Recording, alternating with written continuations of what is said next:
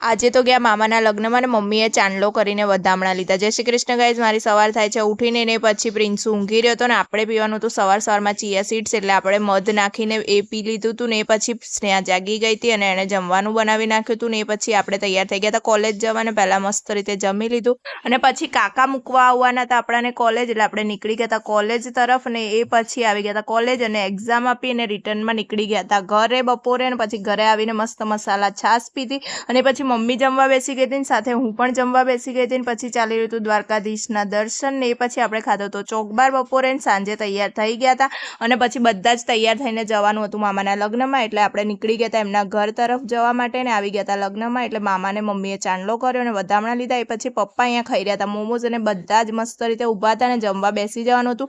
એ પછી આવી ગયા હતા આપણે માસીના ઘરે, એટલે થોડી ઘણી વાતો કરીને પછી બનાવ્યા હતા આપણી સિસ્ટરે મોમોઝ, એટલે આપણે એ એન્જોય કર્યા અને પછી એમને બાય કરીને નીકળી ગયા હતા ઘર તરફ ને આવી ગયા હતા ઘરે। Okay bye, like share and subscribe to my channel.